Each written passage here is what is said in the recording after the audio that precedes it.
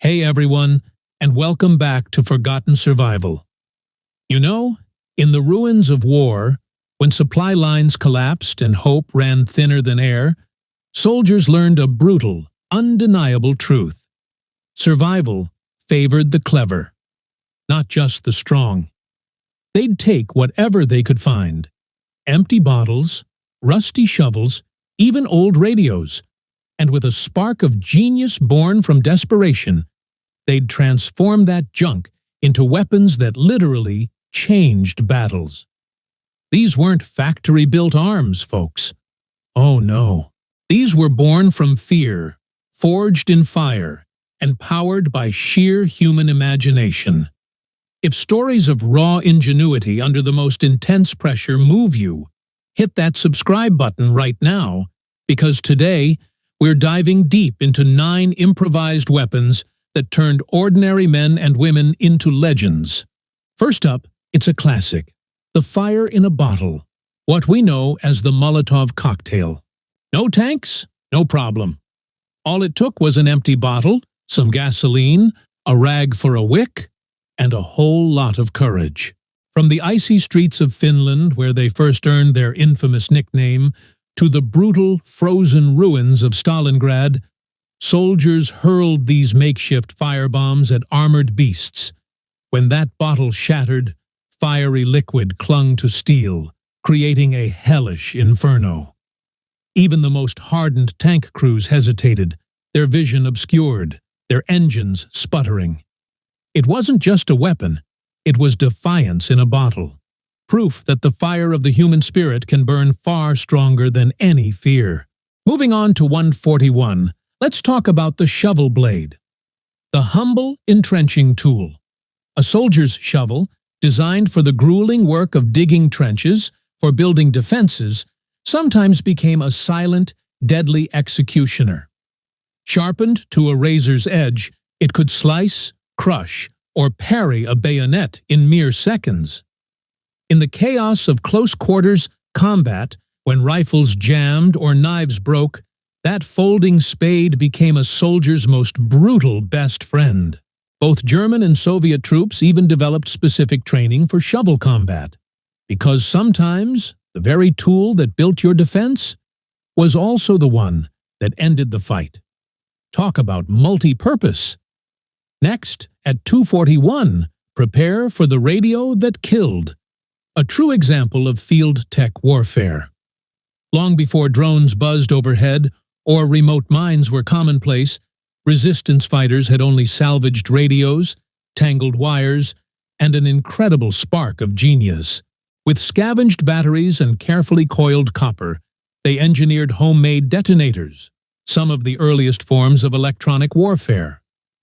German officers quickly learned to fear every abandoned radio they came across, because what once carried news and commands could now, in the wrong hands, carry death. It just goes to show, in the right hands, even communication can become a weapon. Shifting gears to 341, we look at the helmet's second life. A soldier's helmet, by design, was supposed to save lives, to protect. But in the utter chaos of close-quarters combat, that steel bowl transformed into a surprisingly brutal hand weapon. Filled with rocks or mud, it could deliver a devastating blow.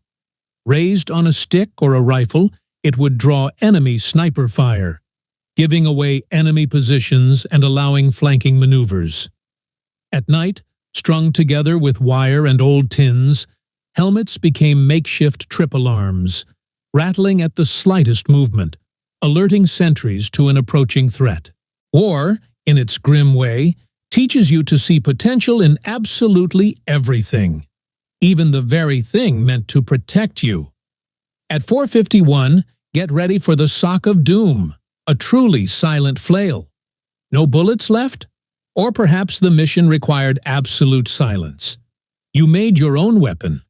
Take a sturdy sock, fill it with stones, bolts, or any heavy scrap you could find, then swing it fast and silent. British commandos and resistance fighters used these improvised flails to take down guards without a whisper. Crude, absolutely, Effective? Terrifyingly so.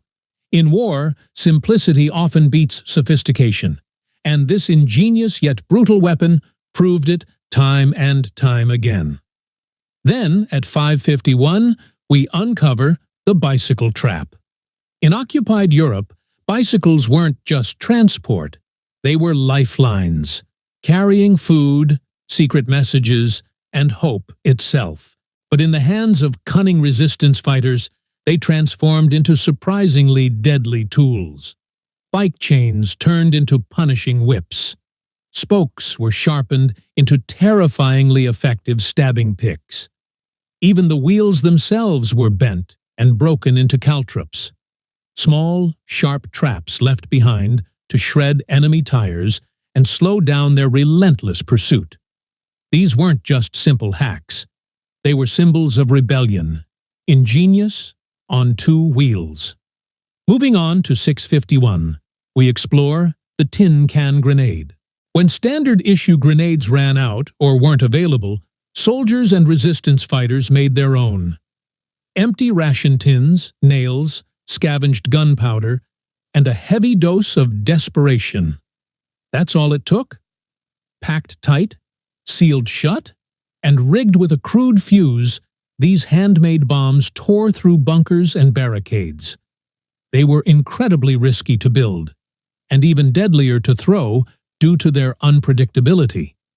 But out in the field, when facing overwhelming odds, courage often came wrapped in a humble tin. Not every weapon was meant to be seen or even known about. Resistance spies, agents, and partisans carried blades hidden in plain sight. Inside combs, concealed within walking sticks, and even carved into what looked like an ordinary spoon.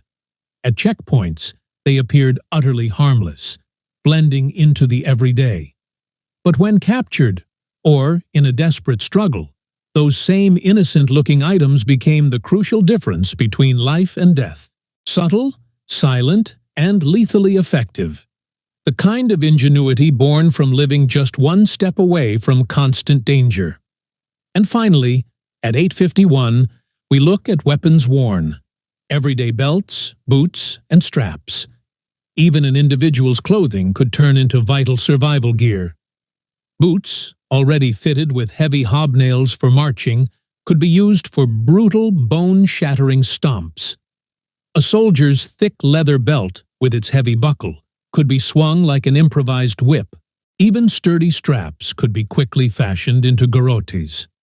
When you literally have nothing left but what's on your person, what you're wearing, that becomes your weapon. It's a grim kind of creativity, to be sure, but one that truly defines every survivor of war. These 9 battlefield hacks, folks, tell a single, powerful truth. Resourcefulness beats resources. Every single time. These weren't superheroes. They were ordinary people, thrust into extraordinary circumstances, forced to think on their feet under unimaginable pressure. They didn't fight with overwhelming power or endless supplies. They fought with ingenuity, with daring, and with pure imagination. A simple bottle, a basic shovel, an old radio. In the right hands, with the right mindset, what seemed like junk became a tool for justice, a means of survival, a way to fight back. And that's precisely why these stories matter. Because they remind us that the human mind, in all its resilience and creativity, is truly the sharpest weapon of all.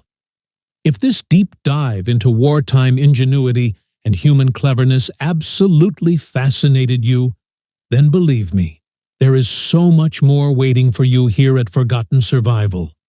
Every piece of scrap, every desperate act, every moment of quick thinking. These things shape the history that far too often textbooks simply forget. So please, do me a favor. Subscribe to Forgotten Survival right now. Turn on those notifications and join our community. Because here, we uncover the incredible untold stories of those who fought not with brute might, but with the sheer power of the mind. In the end, survival isn't always about strength. It's about outsmarting the impossible. Thanks so much for watching, and I'll see you in the next one.